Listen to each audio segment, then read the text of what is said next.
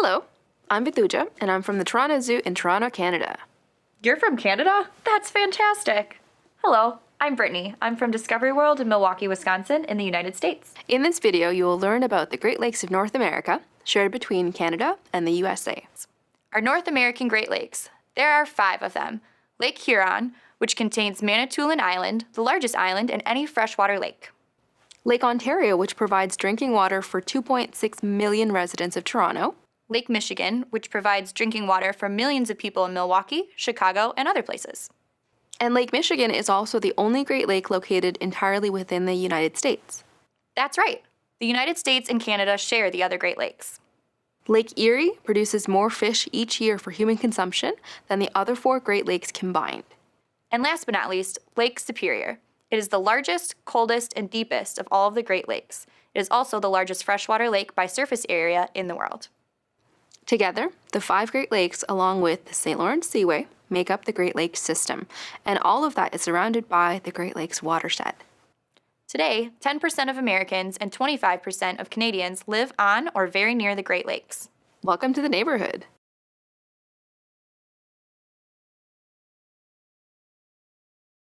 Here's a fun fact. The Great Lakes are only about 10,000 years old. That seems quite old. Is that old? That's actually pretty young for lakes. The oldest lake in the world is around 25 million years old. Wow. To see how the Great Lakes formed, we must go back in time about 16,000 years. May we have a little time travel music, please? So here we are, about 16,000 years ago. The Great Lakes are actually in the process of forming. We're standing on a huge sheet of ice that is about 3 kilometers thick. Is that a herd of woolly mammoth in the distance? Probably. This sheet of ice is enormous. It covers most of Canada and parts of the US, including the upper Midwest, New England, Montana, and Washington. The ice is moving, very slowly, but it's moving. It grows, it retreats, and it's so huge and so heavy that it acts like a giant plow, literally carving ginormous holes in the earth. A few thousand years from now, the glaciers will retreat and melt. The ginormous holes in the ground will be filled with glacial meltwater. And that is how you get the Great Lakes. Wow, it's really cold. Let's go back. The massive ice sheet that created the Great Lakes is still around. Well, some of it. Really? Yep. There's a 20,000-year-old piece of it called the Barnes Ice Cap on Baffin Island in Canada. Wow. Remind me to go explore Canada after we're done here. The Great Lakes. 10,000 miles of coastline, 35,000 islands, and a lot of different habitats. Forests, marshes, and dune communities. And these habitats are home to over 3,500 species of plants and animals, including some classified as at risk. One threatened species is the lake sturgeon. They look scary, like an armored dinosaur shark or something, but they're completely harmless. They don't even have teeth.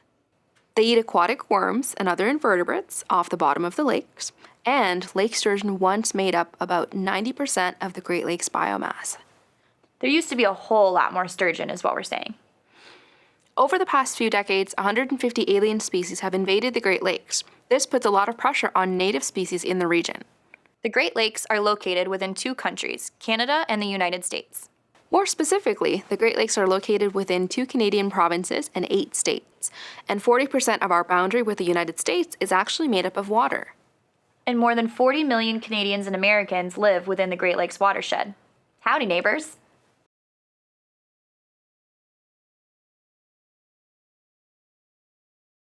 Here's another fun fact. The Great Lakes have water in them. Lots of water. 6 quadrillion gallons.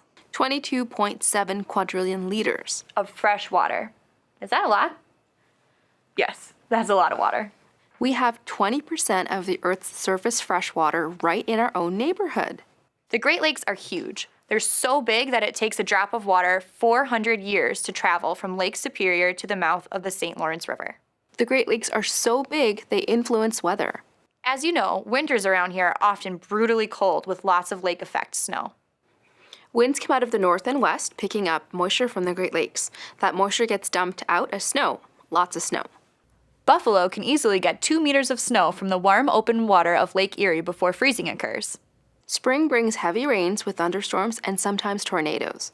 Summer brings heat and humidity, and then autumn comes with its rain and gusty winds. The Great Lakes also moderate seasonal temperatures. In summer, the lakes absorb heat, which cools things down a bit, and in autumn, the lakes radiate heat. This produces areas called fruit belts. Fruit that normally grows farther south can be produced in commercial quantities here in the Great Lakes watershed.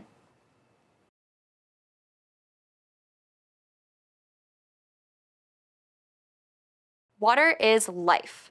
Water is opportunity. Water is people and culture. Water is fun. The Great Lakes provide drinking water for over 40 million people. 1 in 3 Canadians and 1 in 7 Americans get their drinking water from the Great Lakes. Water and energy are also closely connected. As of 2011, over 580 power generating facilities are operating in the Great Lakes Basin. This includes nuclear, hydroelectric, thermoelectric, and wind power. Water is opportunity. The Great Lakes are incredibly important to industry because, of course, it takes water to make stuff. Steel, pulp and paper, chemicals, automobiles, and other manufactured goods rely on water from the Great Lakes. In fact, 45% of Canada's industrial capacity is supported by the Great Lakes. Each year, the Great Lakes contribute $180 billion to the economies of Canada and the United States. You need water to live, you need water to make stuff, and you need water to grow stuff. The Great Lakes region generates over $15 billion worth of agricultural products, including livestock, corn, dairy products, and grain. There are also lots of orchards, vineyards, and specialty crops. And then there's commercial fishing. About 65 million pounds of fish are harvested from the lakes each year, which contributes more than $1 billion to the Great Lakes economy. You need water to make stuff. You need water to grow stuff. And you need water to transport all that stuff.